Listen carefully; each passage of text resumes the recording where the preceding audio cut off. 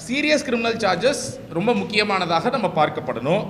அதில் நம்ம பார்க்கும் பொழுது ஏடிஎம்கேல 35% பேர் 170 வேட்பாளர்களில் 60 வேட்பாளர்கள் சீரியஸ் குற்றப்பின்னணி வழக்குகள் அவர்கள் மீது இருக்கு அப்படிங்கிறது வந்திருக்கு. தமிழக வெற்றி கழகத்தில் 19% பேர் நிற்கக்கூடிய 231 பேர்ல 43 பேர்ல மேல சீரியஸ் கிரிமினல் சார்ஜஸ் உள்ள வழக்குகள் இருக்கிறது. டிஎம்கேல 18% 175 வேட்பாளர்கள் 32 வேட்பாளர்கள் மேல இருக்கு. பிஜேபியில் 27% பேர் மேல சீரியஸ் கிரிமினல் சார்ஜஸ் இருக்கு. 33 வேட்பாளர்கள் 9 வேட்பாளர்கள் மேல இருக்கு. காங்கிரஸ்ல 28 வேட்பாளர்கள் 5 வேட்பாளர்கள், அதாவது 18% வேட்பாளர்கள் மேல இருக்கு. பாட்டாளி மக்கள் கட்சியில் 18 வேட்பாளர்கள் 6 வேட்பாளர்கள் மேல இருக்கு. தேசிய முற்போக்கு திராவிட கழகத்தில் 10% வேட்பாளர்கள் மேல இருக்கு.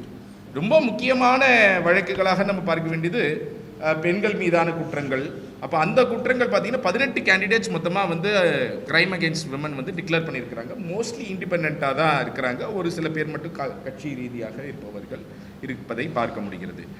13 வேட்பாளர்கள் அவர்கள் மேல் கொலை வழக்கு இருப்பதாக டிக்ளேர் பண்ணியிருக்கிறாங்க. ஸோ செக்ஷன் 302 ஐபிசியில் செக்ஷன் 302. அதே மாதிரி 44 வேட்பாளர்கள் தங்கள் மேலே அட்டெம்ப்ட் டு மர்டர் கொலை முயற்சி வழக்குகள் இருப்பதாக அவர்கள் டிக்ளேர் பண்ணியிருக்கிறாங்க. ஸோ இந்த வேட்பாளர்கள், ஸோ நம்ம என்ன பார்க்குறோம் அப்படின்னு சொன்னால், நம்ம தொடர்ந்து உச்சநீதிமன்றம் தொடர்ந்து சொல்லி கொண்டு இருக்கக்கூடிய ஒரு விஷயம், கிரிமினல் சீரியஸ் கிரிமினல் சார்ஜஸ் இருக்கக்கூடியவர்களை நீங்கள் நிறுத்தக்கூடாது, கட்சிகள் நிறுத்தக்கூடாது.